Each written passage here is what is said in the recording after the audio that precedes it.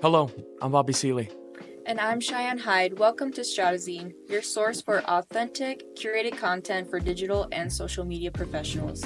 On today's show, we'll take a look at the many ways social media affects kids and teenagers and how we can navigate it. We'll look at what the concerns are, how the landscape is changing, and how we can change with it.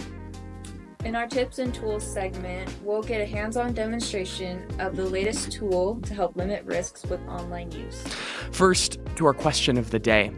According to Pew Research, how many teens say social media is bad for them, and how many teens say social media is bad for other teens?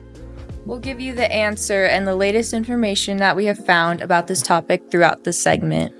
First, what would life look like if Gen Z young adults were on social media at a younger age?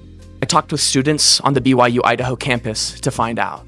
Hey, Stratazine, I'm Bobby, coming at you from the crossroads at BYU Idaho. We're going to be interviewing some college students and ask them about their experiences growing up with social media. All right, and we are here today with Allie.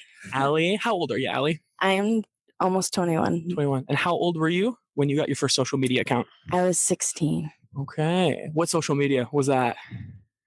I started out with Pinterest. I don't know if that counts, but my first kind of legit social media was Instagram. Okay, So. sweet. At the age of 16, is that right? Yes. Okay. Do you feel like your life would be very different if you had social media earlier?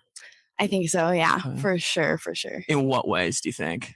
I think that I really wanted it when I was younger, just because everyone had it, and I felt like I was missing out, and you don't want to be left out or whatever. But I realized how much it negatively kind of affects a lot of just how I view myself, how I view other things. And I realized the more that I was on it, the worse I kind of felt. And I'm glad that I didn't have that influence at a younger age, and I kind of was able to enjoy being a kid, and just not having just not having as much of the outside noise. I love social media, don't get me wrong, but I am grateful that my parents waited to give it to me, for sure. Oh, that's great. I love that. Well, thank you for your thoughts today, Yes, Allie. thank you so much. Right. And what is your name for the camera? My name is Noah. Noah. I want to know, how old were you when you got your first social media account? I think I was around 15 years old. Okay. What social media was it? I think that's when we set up a Facebook for me. A Facebook. Right on. Do you feel like your life would be very different if you were on social media earlier? I think it's entirely possible. Yeah. Yeah. Yeah, I would say so. Yeah, I've heard that can affect the, psychology of, people the younger they get it. So, yeah. Okay. Right on, man. Well, thank you for your thoughts. We appreciate you. All right. And we're here today with Maddie. Maddie. Maddie, how old are you? I'm 24. 24. And then how old were you when you got your first social media account? 14. Ooh, what Probably 13 actually. 13? What was the social media platform? I got Facebook. Okay, right on. A lot of people's first is Facebook. Mm-hmm. At the age of 13/14, do you feel like your life would have been very different if you were on social media earlier in your life? Probably. Mm-hmm. In could you be able to comment on what ways you might be? Yeah. So I feel like there's a few things I want to say. First off, I feel like a lot of my friends had social media at that point, and I didn't. And then when I got social media, the only reason I got it was because my family moved to the Philippines, and I wanted to stay in contact with my friends in the States. So that was the only reason I got social media, and I was not very active on social media. I still am not very active on social media. And Facebook is the only social media I have for the most part as of now. And so I have never been super active, and even I got it to stay in contact with my friends, but I found that I didn't actually use it to stay in contact with my friends. But yeah, I feel like it would have been quite a bit different had I got it at a younger age and become active on it at a young age, which I feel like I saw a lot of my friends doing and stuff, but I never really did that. Does that make sense? Yeah, absolutely. Interesting. Well, thank you for your insights, Maddie. We appreciate your time. A vast majority of adolescents are actively using social media, but what do some of our leading government bodies have to say about the causes and effects of this? Sam Johnston has been researching the risks associated with children and being online. Social media has a real risk of doing harm to children. With such a risk to this vulnerable community, what ethical questions do influencers and social media professionals need to consider about the content they create? The Federal Trade Commission held a workshop on June 4th to identify exactly that. In their panel, Are Kids in Danger Online? They bring up these points of possible danger: behavior addiction, cyberbullying, sexual exploitation, lack of working tools for parents, lack of accountability from professionals and tech companies, children making unauthorized purchases using their parents' cards, and children being treated as an exploitable commodity.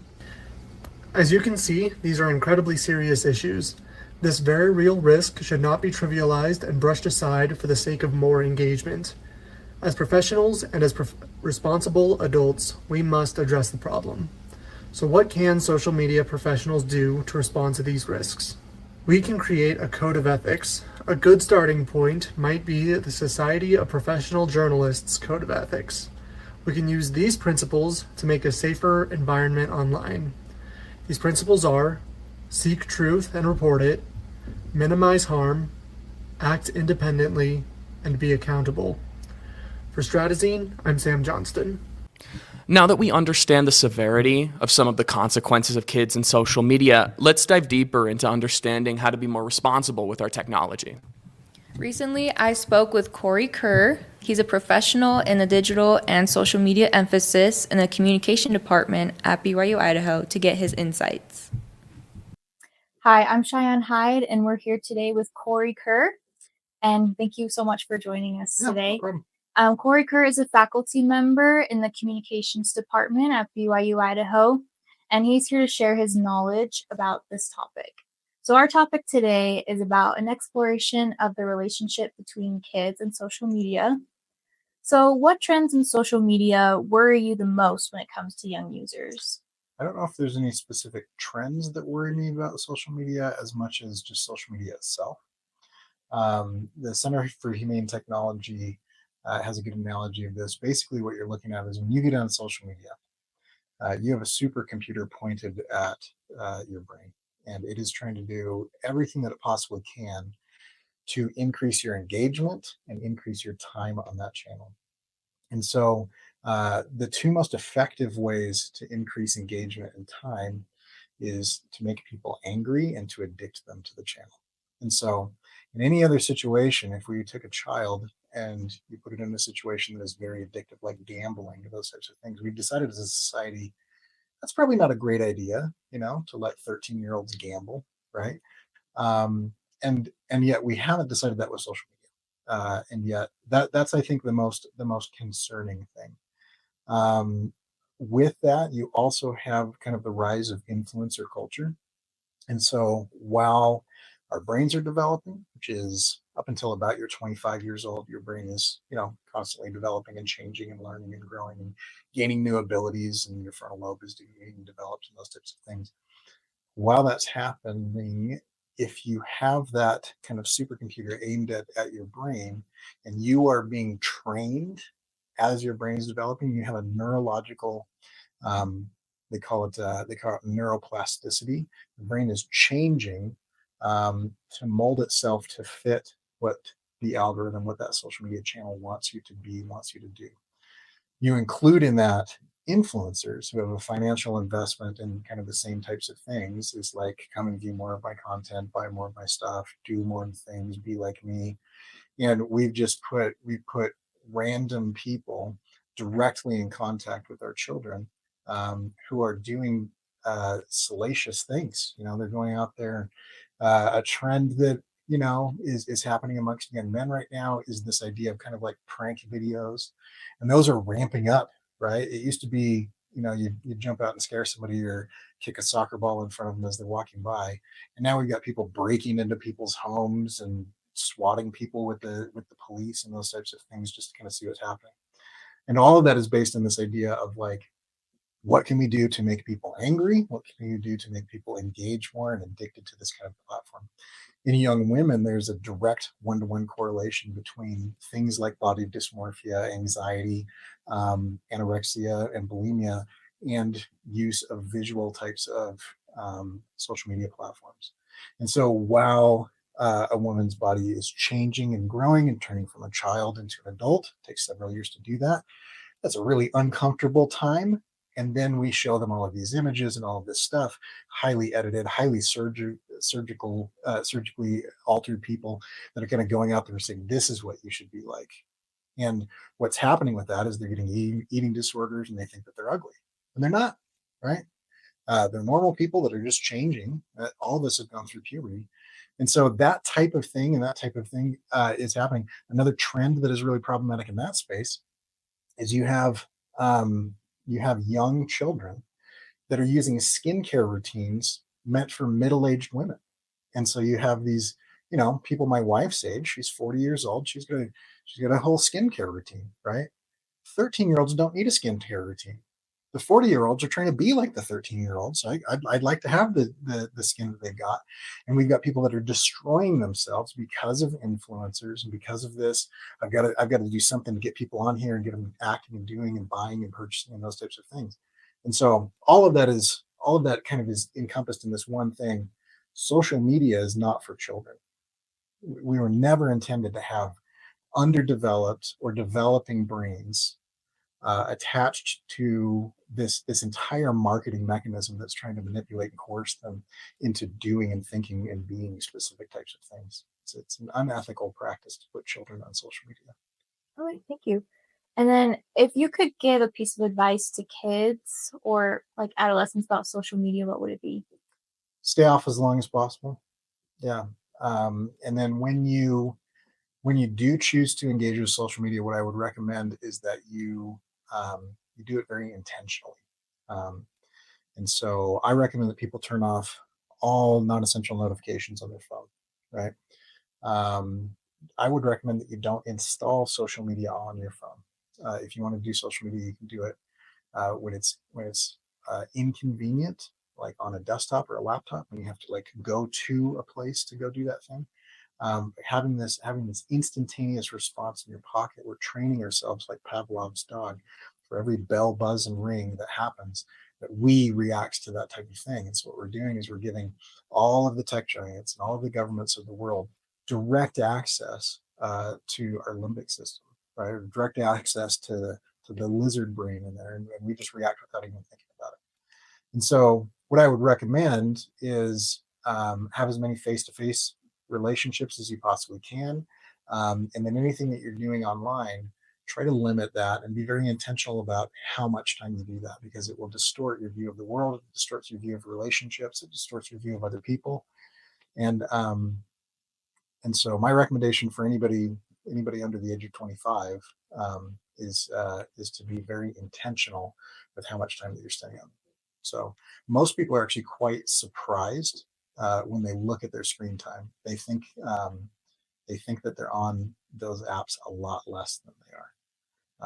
And so people will find that it's like, oh, I didn't realize I was spending 4 hours a day on this app. It's like, that's kind of surprising. So it's a lack of intentionality with that. Okay. Yeah, thank you so much. Thanks for taking the time to share your expertise on this topic. I'm Cheyenne Hyde.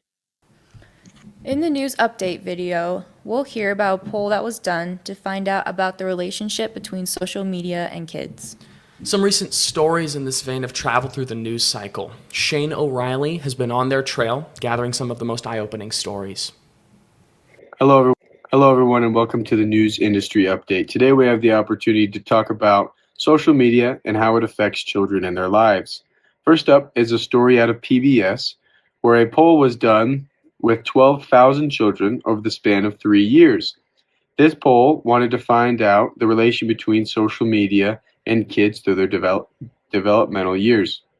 It found that in the ages of 10 and 11, there was signs of onset depression or pre-onset depression. That was quite alarming, and the big warning out of this article was to regulate your children with their social media use. Next up comes a story from the UK, where a government worker by the name of Jason Kyle, who works within some sort of department of online use and regulation, suggested a, quote, app cap for minors or kids, where they would only be able to use social media for about 2 hours a day. His reasoning for this is, quote, to break some of the addictive behavior and incentivize more of a healthy development. Well, if there's anything we can learn from these two stories, is that we must have a healthy relationship between ourselves and social media, and that it's no different for children. Well, I'm Shane O'Reilly, and this has been your news update. Thank you. Our tip and tool for this week is directly related to our topic of discussion. Adriana Marquez took on the task of researching a tool called Bark to help limit risks with social media. Hello and welcome back to the Strategize Tip and Tool segment. Of course, keeping kids safe online can feel overwhelming sometimes if you are a parent, but this really awesome tool named Bark Parental Control gets you that peace of mind without any hassle. Bark monitors texts, emails, social media, and apps for potential risks like cyberbullying, inappropriate content, or even signs of depression. Using advanced AI, it sends real-time alerts to you parents so you could address issues before they escalate.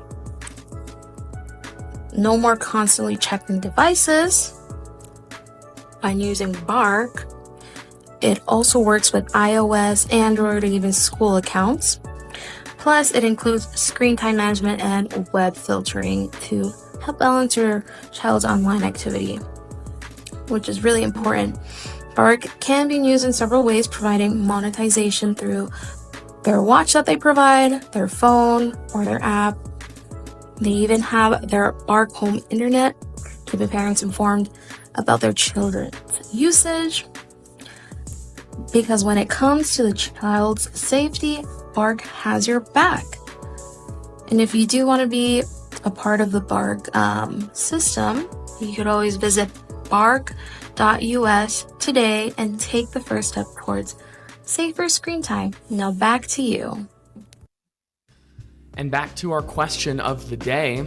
According to Pew Research, how many teens say social media is bad for them, and how many teens say social media is bad for other teens? The answer may surprise you. 48% of teens say social media platforms have a mostly negative effect on people their age. Meanwhile, only 14% see a mostly negative effect for themselves. So it seems that teens don't really see themselves as being wrapped up in the issue. That's all for this episode of Stratazine. Coming up in our next episode, the topic will be how branding on social media can boost one's business. Thank you for joining us on Stratazine today. You can find links and attribution to everything from today's podcast in the credits and the show notes. Have a great day.